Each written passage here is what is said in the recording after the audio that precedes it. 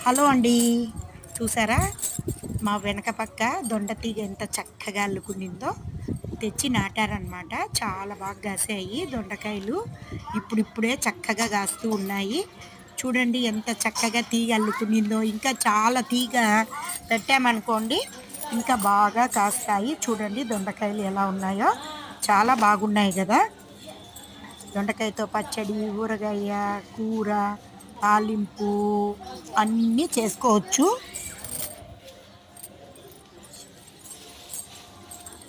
చూసారు కదా! ఈ విధంగా మొత్తం కాయలన్నీ కాస్తూ ఉన్నాయి దొండ తీగకు చక్కగా. మీరు కూడా ఇలా దొండపాదు వేసుకున్నారా?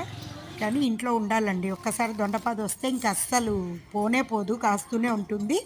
చూసారు కదా దొండకాయలు ఎంత చక్కగా ఉన్నాయో నిగనిగలాడుతూ. నేనైతే దీంతో పచ్చడి చేస్తానండి. కొద్దిగా ఊరగాయ, కొద్దిగా పచ్చడి చేస్తాను. చాలా బాగుంటుంది. ఇడ్లీలోకి, చపాతీ, ఉప్మాలోకి, అన్నంలోకి దేంట్లోకైనా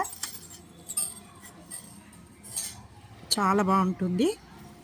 ఓకే అండి. బాయ్ అండి. నా వీడియోలు నచ్చినట్లయితే నా ఛానల్ని సబ్స్క్రైబ్ చేసుకోండి. Thank you for your watching. Bye.